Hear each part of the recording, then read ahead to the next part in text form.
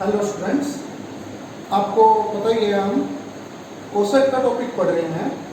फिर हमने कोसेट से रिलेटेड कुछ रिजल्ट्स पढ़े थे और उनकी हेल्प से हमने लैग्रांज थ्योरम बनाई। लैग्रांज थ्योरम की स्टेटमेंट क्या थी? अगर जी कोई फाइनाइट ग्रुप है और एच उसका सब ग्रुप है तो सब ग्रुप का ऑर्डर ग्रुप के ऑर्डर को क्या करेगा? डिवाइड करेगा। उसी से हमने फिर एक और रिजल्ट बनाया कि अगर जी कोई फाइनाइट ग्रुप है तो जी के हर एक एलिमेंट का ऑर्डर भी ग्रुप के ऑर्डर को क्या करेगा? डिवाइड करेगा। ठीक है, अब उससे रिलेटेड एक्सरसाइज करते हैं। फर्स्ट क्वेश्चन है define a coset given example, जो कि हम कर चुके पहले ही कि कोसेट को डिफाइन करना है, लेफ्ट कोसेट और राइट कोसेट को, और एग्जांपल में। सेकंड है define left coset and right coset of the subgroup of a group G. Repeat हो गया वही। प्रूव कीजिए two left cosets of H in G are either identical or have no element in common. ये हमने form की थी। अब third है जी क्या दिया हुआ है? Group of all integers under usual addition. वैसे तो हमने इसके जैसा ही किया हुआ है लेकिन फिर करवा देता हूँ। जी दिया हुआ है, इंटीजर्स का ग्रुप दिया हुआ है अंडर एडिशन 0 1 2 3 -1 -2 -3 so on, और बाइनरी ऑपरेशन क्या दी हुई है? एडिशन। एच दिया हुआ है 4n, n belong to z, मतलब 4 के मल्टीपल्स। 4 के मल्टीपल्स क्या हो गए? 0 4 8 -4 -8। अब आपको क्या कर रहा है? वो कह रहा है कोसेट बनाइए 0 से जनरेटेड, 1 से जनरेटेड, 2 से और 3 से। तो देखिए क्योंकि ये एबिलियन ग्रुप है इसलिए उसने ना लेफ्ट कोसेट बोला ना राइट कोसेट, दोनों सेम होंगे। तो h प्लस 0, h प्लस 0 कैसे बनेगा? h के हर एक एलिमेंट में क्या ऐड करेंगे? 0। -8 -4 0 4 8 so on। फिर h प्लस 1 कैसे बनेगा? इसके अंदर क्या करेंगे? 1 ऐड कर देंगे हर एक एलिमेंट में। फिर h प्लस 2 ऐड कर दीजिए।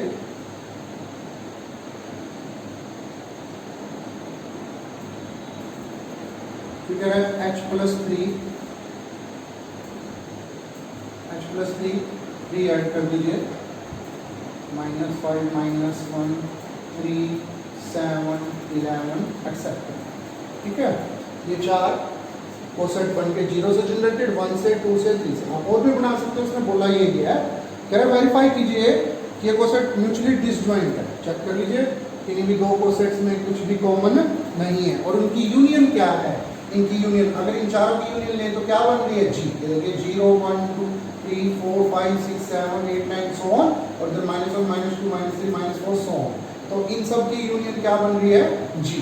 इससे एक क्वेश्चन और पूछा जा सकता था कि H का इंडेक्स बताइए किसके अंदर? G के अंदर। आपको याद ही होगा इंडेक्स क्या होता है? जब हम ग्रुप को सब ग्रुप के राइट या लेफ्ट, क्योंकि बराबर होते हैं कोसेट्स की यूनियन लिखते हैं, तो कितने डिसजॉइंट कोसेट्स या डिस्टिंक्ट कोसेट क्या यूज होते हैं? तो इसके 4 डिस्टिंक्ट कोसेट, H के 4 डिस्टिंक्ट कोसेट की यूनियन क्या है? G बनता है। तो इस क्वेश्चन में ये पूछा जा सकता था इंडेक्स कितना हो गया H का G के अंदर? 4। ठीक है, इसी के ऊपर बेस्ड है हमारा क्वेश्चन नंबर 4 भी सेम टू सेम है इसी तरह। अब देखिए क्वेश्चन नंबर 5 करते हैं। पहले स्टेटमेंट देखिए क्या है। 2 right cosets HA, HB are distinct if and only 2 left cossets A inverse H, B inverse H are distinct। अगर दो राइट कोसेट, अगर ये दोनों डिस्टिंक्ट हैं तो ये भी अलग अलग होंगे, और ये अलग अलग है तो ये भी अलग अलग होंगे। बिल्कुल आसान क्वेश्चन है। फर्स्ट फॉर क्या कि HA, HB आर डिस्टिंक्ट, कि ये दोनों कैसे हैं? अलग अलग। मान लिया अलग अलग। और क्या उसके बाद लेट इफ पॉसिबल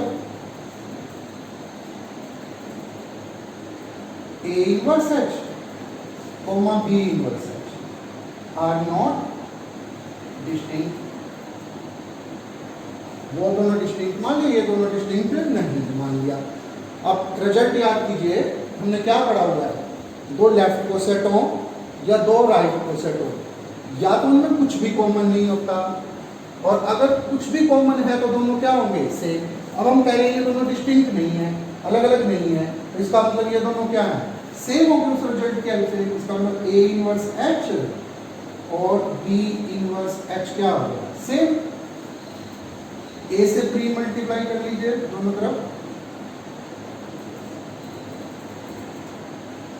क्या बन जाएगा, इधर तो A इनवर्स E हो जाएगा, E इंटू H H, और इधर बन जाएगा A B इनवर्स H। अब देखिए एक रिजल्ट हमने पढ़ा था, अगर स्मॉल h कैपिटल H में हो तो चाहे आप राइट कोसेट बना लीजिए चाहे लेफ्ट कोसेट बना लीजिए, क्या होगा, H ही होगा। कन्वर्स भी ट्रू था। अब इधर देखिए small h into capital H H है, इस फॉर्म की हेल्प से ए बी इनवर्स किस में होना चाहिए, H में। इस रिजल्ट की हेल्प से कि अगर small h into capital H H आ रहा है तो जरूर ये स्मॉल h किस में है, कैपिटल H में। अब फिर इसी रिजल्ट को फिर यूज करते हैं, अगर एलिमेंट H का है तो राइट कोसेट बनाएंगे तो दोबारा से क्या आएगा, H आएगा। अब अगर मैं B से पोस्ट मल्टीप्लाई कर लूं B से, तो देखिए क्या आ गई, HA इक्वल टू HB। मतलब अगर मैं मानता हूं कि ये दोनों डिस्टिंक्ट नहीं है, ये दोनों सेम है, अगर ये दोनों सेम है तो फिर तो ये दोनों भी क्या आ गए, सेम आ गए। ये तो कंट्राडिक्शन है, तो फिर इसका मतलब हम जो मान के चल रहे हैं वो गलत है, और ये दोनों क्या हैं, अलग अलग हैं। अब कन्वर्स देखिए, अब की बात मान लेते हैं कि A इनवर्स H और B इनवर्स H क्या है, डिस्टिंक्ट हैं, और प्रूव करके दिखाते हैं कि ये दोनों HA और HB भी क्या होंगे, डिस्टिंक्ट। बिल्कुल सेम टू सेम लाइंस के ऊपर है।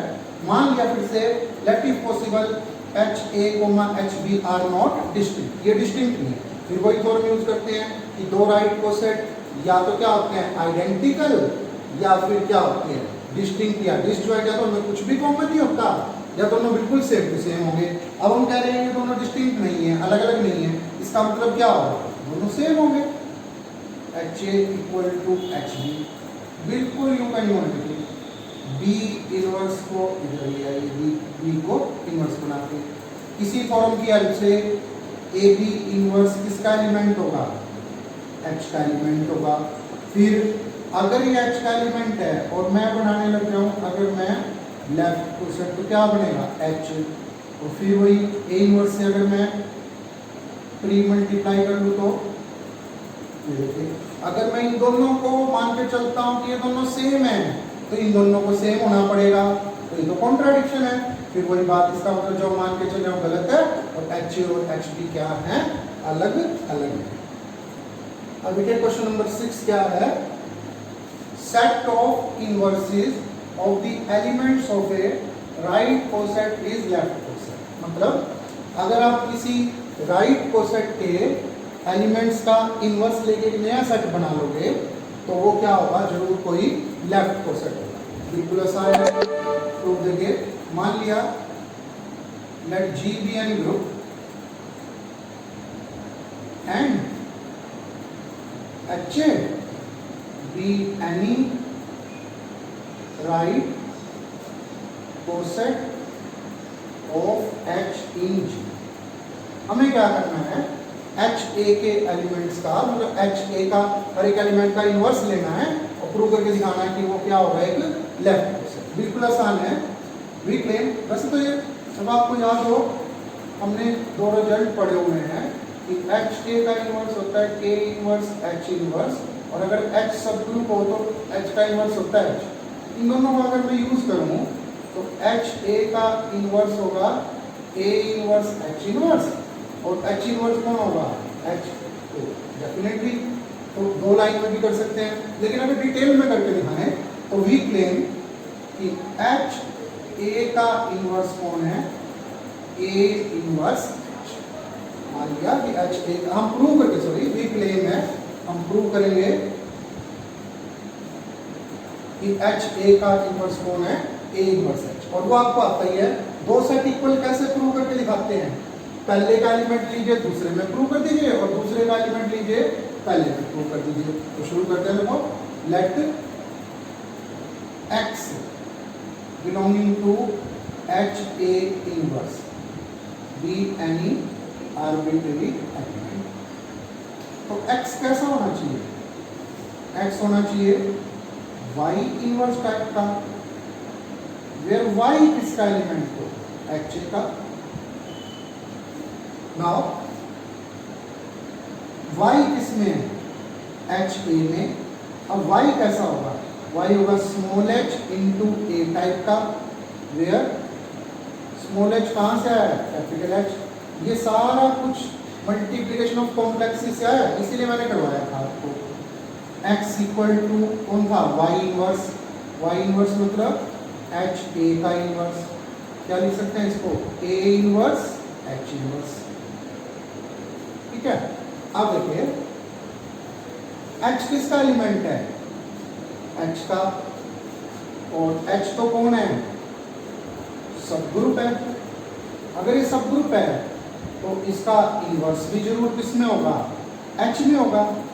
अब अगर ये h का एलिमेंट है तो a इनवर्स h इनवर्स किसका एलिमेंट आ गया, a इनवर्स h। आपको याद होगा लेफ्ट कोसेट कैसे बनाते हैं, अगर मेरे को a इनवर्स h बनाना है तो मैं कैपिटल H के हर एक एलिमेंट को a इनवर्स से प्री मल्टीप्लाई कर दूंगा। ये कैपिटल H का एलिमेंट है तो मैंने a इनवर्स से प्री मल्टीप्लाई कर दिया, तो ये एलिमेंट किस में आ गया, a इनवर्स h में। ये एलिमेंट है कौन, x।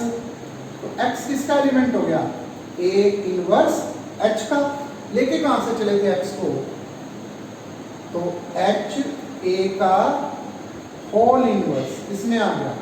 एक पार्ट तो बन गया, a तो बन गया किसका सबसेट, b का। अब दूसरा पार्ट बनाने के लिए, दूसरा पार्ट मतलब अब हम प्रूव करके दिखाएंगे कि a इनवर्स h खुद किसके अंदर है, h a इनवर्स में। उसके लिए क्या करें, लेट z कोई एलिमेंट ले लिया a इनवर्स h का, इसमें प्रूव करके दिखाते हैं। तो z कैसा होगा, z होगा a inverse into small h type का। h1 कर लेते हैं ताकि कंफ्यूजन ना हो, वेयर h1 किसका एलिमेंट है, h का। अब ध्यान से देखिए, इसको ऐसे लिख सकते हैं ना, h1 इनवर्स a का होल इनवर्स। कौन सी प्रॉपर्टी यूज कर ली मैंने प्रॉपर्टी यूज की, xy का इनवर्स कौन होता है, y इनवर्स x इनवर्स, और इनवर्स का इनवर्स कौन होता है, एलिमेंट। ये दो प्रॉपर्टी यूज की है। ठीक है, अब देखो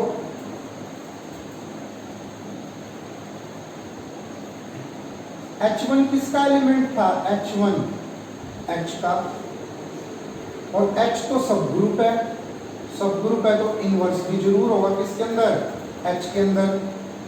और अगर मैं इसको a से पोस्ट मल्टीप्लाई कर दूं तो किसमें आ जाएगा, राइट कोसेट में। अब ये ब्रैकेट वाला एलिमेंट किसका है, राइट कोसेट का।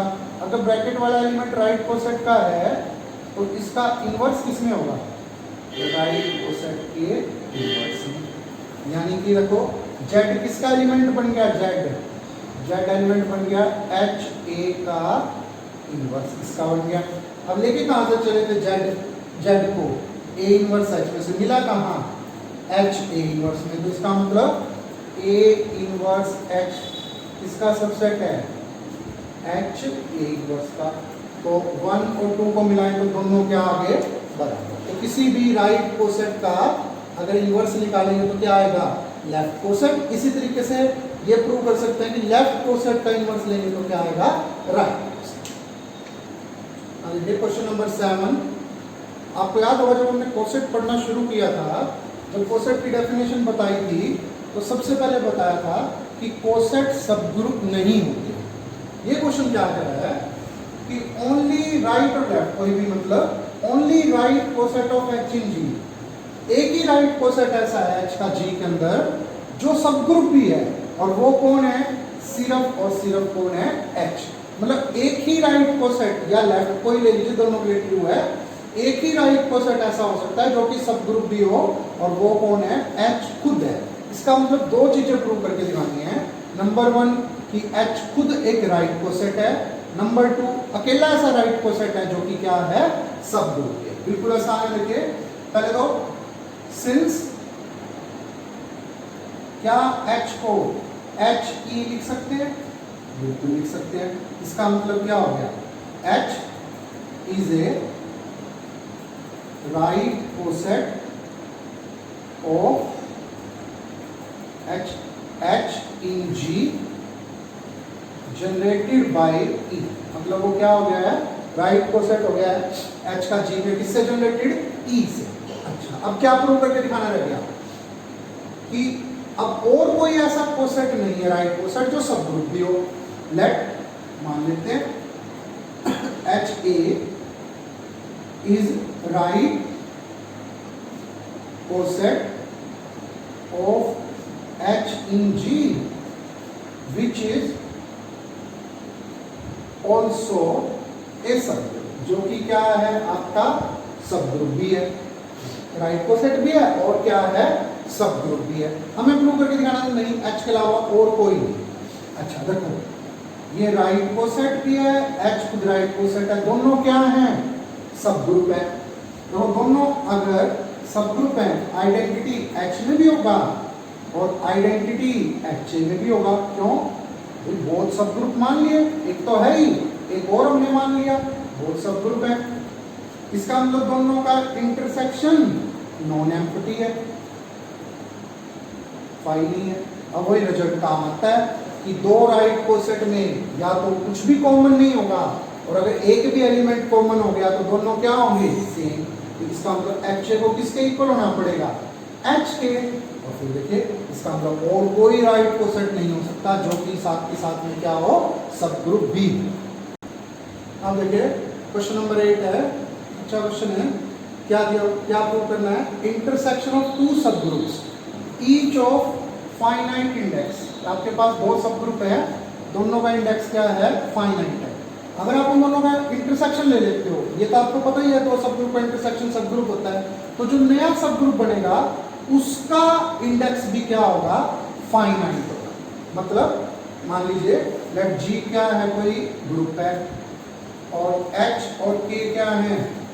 सब ग्रुप्स हैं किसके? G के। सच दैट मान लिया H का इंडेक्स तो G के अंदर N है और K का इंडेक्स G के अंदर M है। इसका मतलब क्या हुआ? जब आप ये बोल रहे हो कि H का इंडेक्स G के अंदर N है, इसका मतलब G को H के N राइट कोसेट्स की डिसजॉइंट यूनियन लिख सकते हैं। जब आप ये कह रहे हो K का इंडेक्स G के अंदर M है, इसका मतलब G को K के M राइट कोसेट्स की डिसजॉइंट यूनियन लिख सकते हैं। अब ये क्या कह रहा है? ये कह रहा है जब आप इनके इंटरसेक्शन का इंडेक्स निकालोगे तो वो भी क्या होगा? आपका फाइनाइट ही होगा, फाइनाइट। ठीक है, तो प्रूफ देखिए, सॉरी सॉल्यूशन चल रहा था, ये हमें प्रूव करके दिखाना है। ठीक, तो है क्या? G ग्रुप मान लिया, H और K क्या मान लिया? उसके दो सब ग्रुप मान लिए। H का इंडेक्स मान लिया है N और K का इंडेक्स क्या मान लिया है? M। ये तो हमें पता ही है कि दो सब ग्रुप का इंटरसेक्शन क्या होता है? सब ग्रुप होता है। तो ये तो कंफर्म है कि H इंटरसेक्शन K क्या है? सब ग्रुप है। किसका? ग्रुप G का। ठीक है, पहले इस क्वेश्चन को प्रूव करने के लिए हम ये प्रूव करके जाते हैं, वी क्लेम क्या कि जो H इंटरसेक्शन K का कोई राइट कोसेट है वो H के राइट कोसेट और K के राइट कोसेट की क्या है? इंटरसेक्शन। एक बार ये प्रूव करके जाते हैं कि अगर आपको H इंटरसेक्शन K का कोई राइट कोसेट बनाना है तो H के राइट कोसेट और K के राइट कोसेट की क्या करनी पड़ेगी? इंटरसेक्शन लेनी पड़ेगी। फिर वही बात आ गई, दो साइड इक्वल कैसे प्रूव करेंगे? इसका एलिमेंट लीजिए, इसमें प्रूव कर दीजिए, उसका एलिमेंट लीजिए, इसमें प्रूव कर दीजिए। पहले इसका एलिमेंट लेट X, इसका एलिमेंट ले लिया H इंटरसेक्शन K A, इसमें प्रूव कर दिया। तो X कैसा होगा? X तो ऐसा होगा से small y into A, where y किसका एलिमेंट है? h इंटरसेक्शन k का। अगर y h इंटरसेक्शन k का एलिमेंट है तो इसका मतलब y h में भी है और y कहाँ है? k में भी है। अगर y h में है तो y a कहाँ होगा? h a में, और y k में है तो y a कहाँ होगा? k a में। ये देखिए, इसका मतलब x h a में भी है एंड x k a में भी है, दोनों में है तो कहाँ होगा? दोनों के इंटरसेक्शन। तो लेके कहाँ से चले थे x को? यहाँ से मिला इसमें, तो एक पार्ट तो बन गया h intersection k a subset है किसका? h a intersection k a का। अब दूसरा पार्ट बनाना है। दूसरा पार्ट बनाना है मतलब अब इसका एलिमेंट ले लेते हैं, लेट z ले लेते हैं। इसका element h a intersection k a का। इसमें प्रूव करके दिखाएंगे। अगर z दोनों के इंटरसेक्शन में है तो z h a में भी होगा एंड z आपका k a में भी होगा, दोनों जगह होगा। अगर z h a में है तो z कैसा होगा? स्मॉल h इंटू ए टाइप का। और यहाँ कैसा होगा z? स्मॉल k इंटू ए टाइप का। जबकि h कहाँ से आया है? h में से, और k कहाँ से आया है? k में से। अब देखिए दोनों ही क्या हैं? दोनों ही z हैं। इसका मतलब h a और k a दोनों बराबर है। अगर मैं राइट कैंसलेशन ला लगाऊं, इसका मतलब h और k दोनों बराबर हो गए। अब h किसका एलिमेंट था? अगर मैं एक सेकंड के लिए इसको कुछ भी से t मान लूं, समझाने के लिए लेट कर देता हूं। तो देखिए, अगर यहां से देखता हूं तो t किसका एलिमेंट है? h का। और यहां से देखता हूं तो t किसका एलिमेंट है? k का। यानी ये जो एलिमेंट आ रहा है t, इसका मतलब z कैसा हो गया? z हो गया t a टाइप का, वेयर t h में भी है एंड t k में भी है। इसका मतलब t कहाँ है? h इंटरसेक्शन k में।